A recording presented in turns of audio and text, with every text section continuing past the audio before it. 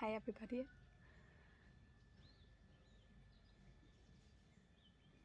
Another week has passed and more miracles have appeared. So I would like to share them with you.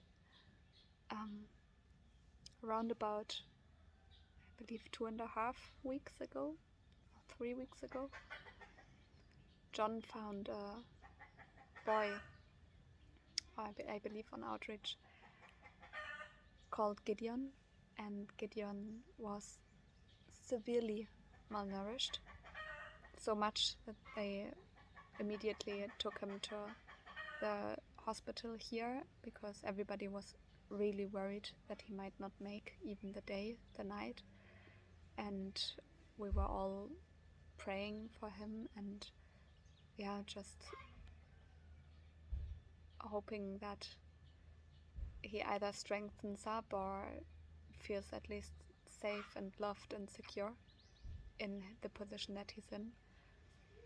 And around about 1 week ago, I believe, Gideon came to live at Feathersdale. He is no longer in hospital. He is gaining weight very slowly, but surely. And he is on a refeeding schedule now with our doctor and stuff. And to see him now, like compared to when we found him, it's just like that in itself is a pure miracle. And I'm just so grateful, and we keep praying for him. And if you can, please do keep praying for Gideon to get stronger and stronger and stronger. And to see his smile now, it's just heart-opening and beautiful. And then we had another extreme beautiful miracle. So when John was in Dodoma, he met a little girl she's 9 years old, and when she was just a few months old, she had a skin infection, and since then her tongue has swollen up so much that she could not close her mouth anymore. So the tongue was constantly out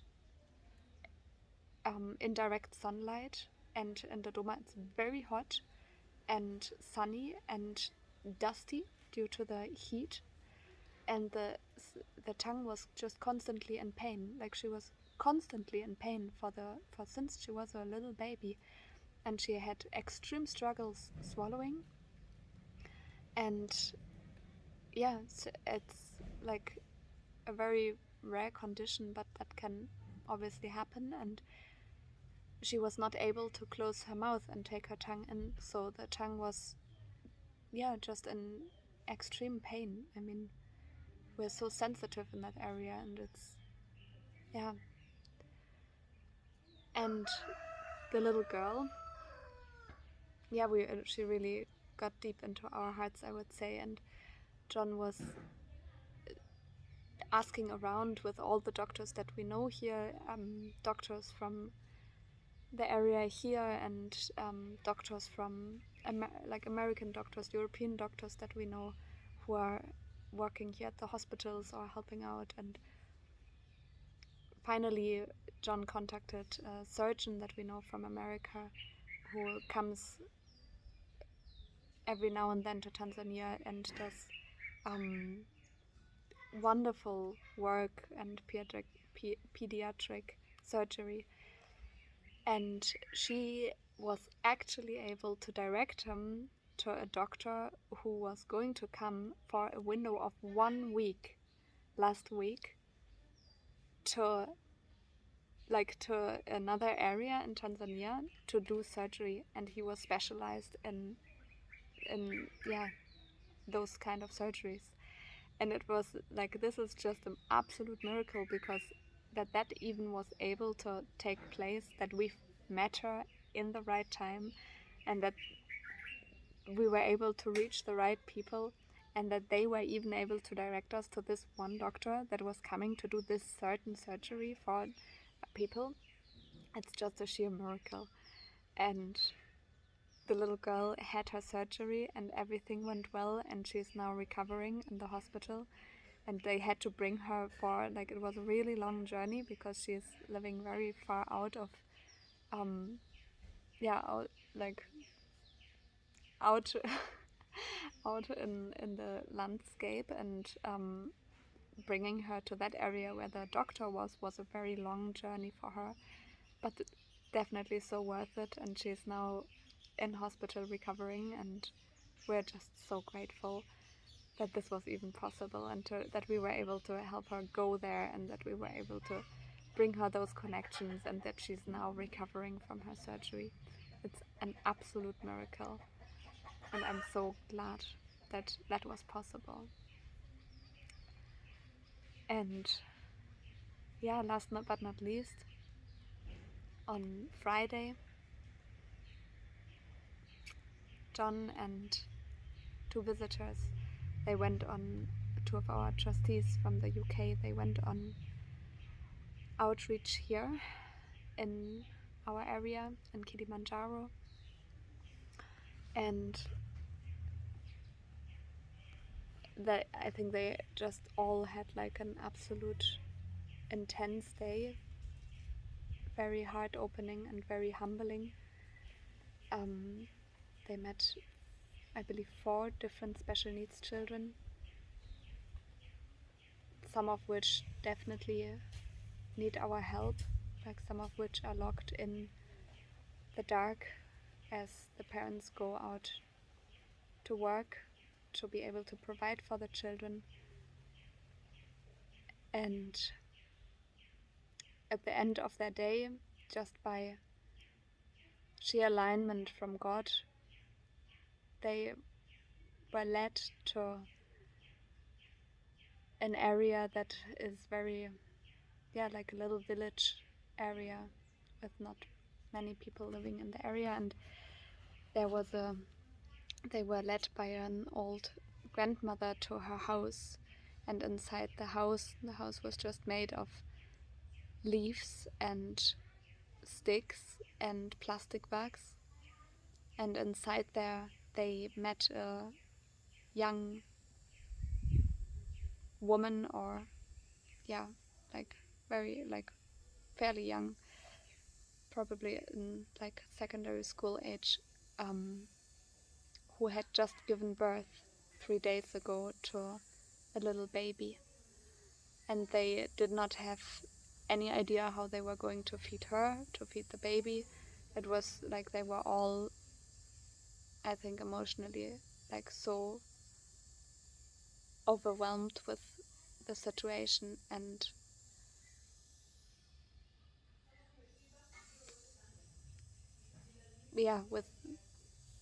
with their lack of ability to provide for this little new being.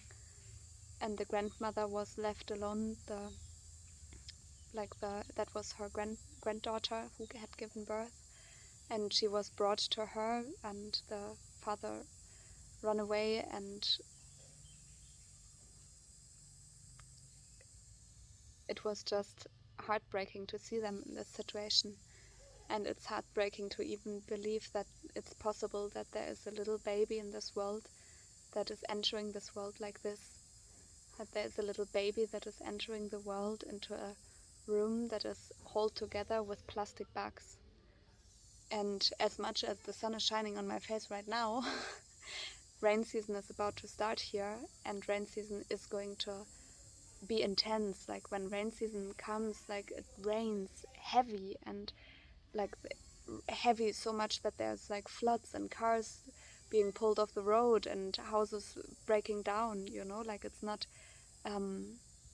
like when you're not prepared for it properly, then it can be a dangerous time for you. And their house was definitely not prepared for this, and there is a newborn baby inside there, and they don't even know how to feed them. And when thankfully we were able to bring them some food and give them some money so that they were able to take care of themselves for the next weeks. And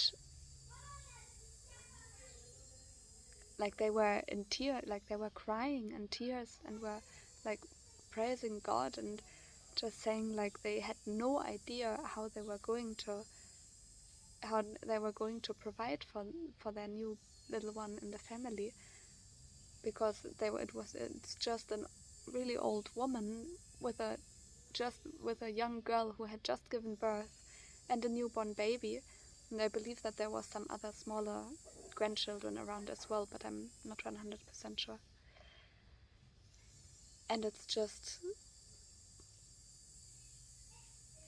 I can't even imagine being in that situation with one of my babies and being able to hold Anouk, our youngest daughter, who has just turned 1 not long ago, to be able to hold her and to know that she is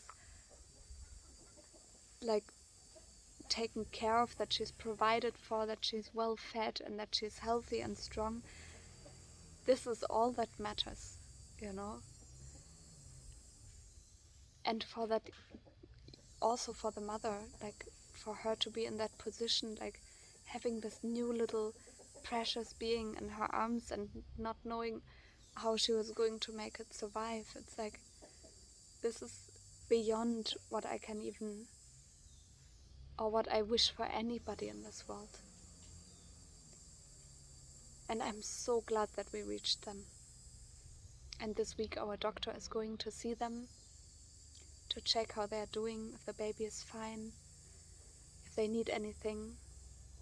And I'm just so glad that we're able to do this, that we're able to reach those children that really need us right now, because without that, like either their life is, you know, like on the line, or they're just in sheer pain or in loneliness and in darkness. It's just, I'm so grateful that we're able to reach them, and I'm so grateful that all of you are making this possible with us, that we're all doing this together. It's just like, this is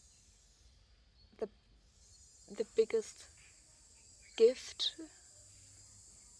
and the best thing I could imagine doing with our lives, is living at service for those children who need us, and living at service to what God wants from us and asking us to do. And I'm just so grateful to be able to see them and to reach them and to change their lives. And I'm just so glad that you're all doing this with us, that there's so many people from all over the world who open their hearts to people that they might never meet, but just knowing that they are there and that we are able to reach them, and that we can together make sure that everybody should have this ability to have a start in life that is safe and secure. So thank you so much. Thank you so much for being on this journey with us. And I'm so glad that we've reached all these children in one week, in the last weeks. And I'm excited to see which other children we're going to meet.